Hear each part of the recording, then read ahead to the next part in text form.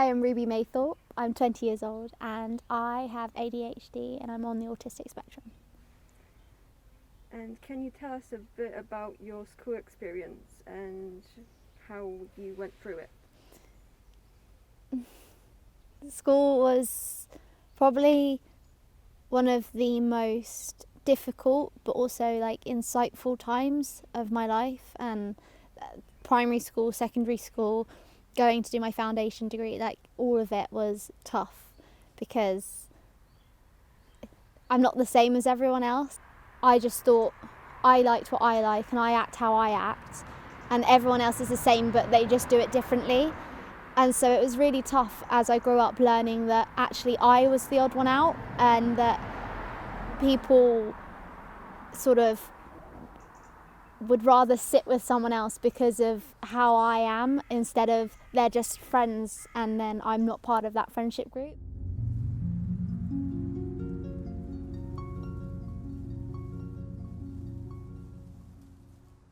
First of all, it wasn't a big deal. We sort of knew there wasn't something quite right at a very early age. And then when she started at primary school in reception, that's when the big issues really started.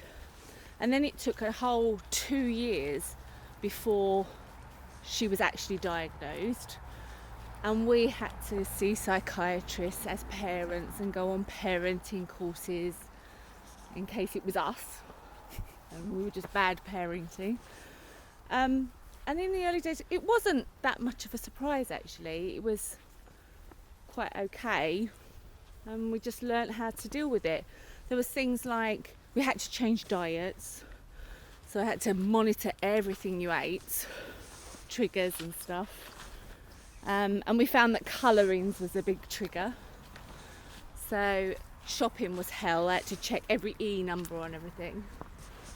Yeah, but you got used to it quite well, didn't you? And you knew what you could eat and you knew what you couldn't. So in the early days it wasn't bad. It was sort of about 8 years old when things started getting difficult.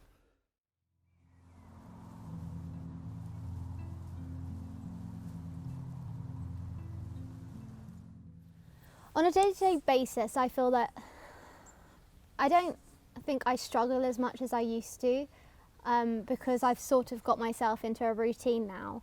But one thing that I would say I struggle with that is not under my control is when people change my schedule, my routine.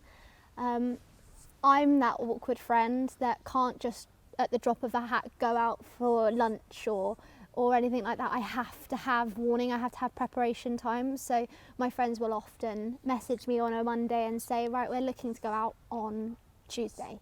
Are you okay with this? And then I have to look at my planner and I have to decide, right, this is going to fit here and I can do that, or is it going to cause too much stress and put too much pressure on me to go on at that certain time? And it's the little things like that that I don't think everyone, my friends understand and my family understand, but I don't think everyone understands that I can't just at a drop of a hat. Or I really hate it like when my friends, I wish I could be the person that my friends, if they're like stuck somewhere and then one of my friends says, oh, does anyone mind giving me a lift to so-and-so?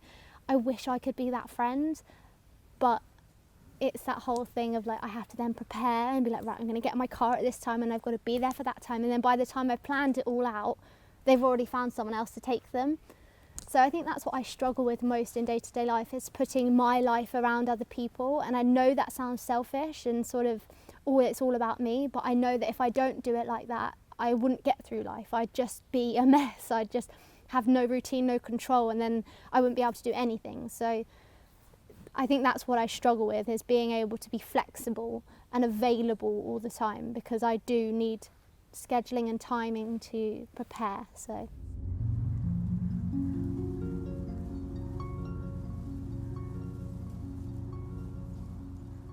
my mum has a very close friend, and she has a younger daughter, and she is autistic and she has ADHD, and every time we see her, my parents always, and anyone that meets her goes, oh, she's a mini you. And every time I see her, and any time she has down days, because I think she's only around 8 or 9 or something like that, and she has down days where she feels like she doesn't belong here because she's not living in the right world and everything's wrong, I say to her, Maeve, it's our superpower. We have a vision that nobody else has. And we see things, we can hear things, we can feel things, we can smell things that nobody else can even comprehend or imagine. And so I always tell her that it's our superpower. It means we pay attention to the smaller details. It means that we can pick up when something's not right in a room, that other people would just walk over and think, oh, it's nothing. And Maeve's special interest is like horses and stuff like that, and I had a really close connection to animals and horses throughout my childhood. And it's like, I say, it's like we've got this like magical thing where we can sort of sense it in each other when there's things happening, and we can relate them to things that we both enjoy. So I think, yes, if I could sum up in any way, it's my superpower. It makes me different, and I've learnt now as a grown woman that it is powerful. It's not something to be, it's not a disability, it's an ability, and it's incredible. Yes, it's tough. Yes, nobody really truly understands what it's like, but I can do magical things with my mind that no one else can understand. And I find that pretty awesome, to be fair, even in the dark times.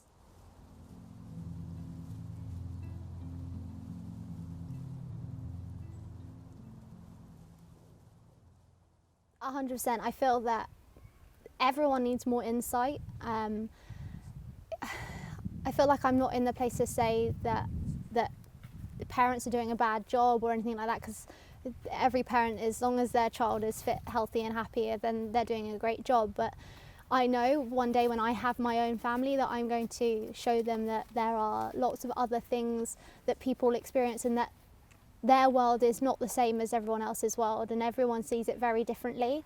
And that is one thing that I wish that parents did for their children. And those parents that are teachers, I think that is extremely important, because they don't just teach a class of children that are all the same age and have similar interests and stuff. Every single child is different, and then to put a child in there that's got ADHD or autism or any other learning disability or any such thing, their world is completely different. And I really think it's important that adults try their best to educate children that they're around, if that's a teacher to their children of students, or a parent that has children and their friends. I think it's so important that everyone has a conversation about the fact that how they live is not how everybody else lives.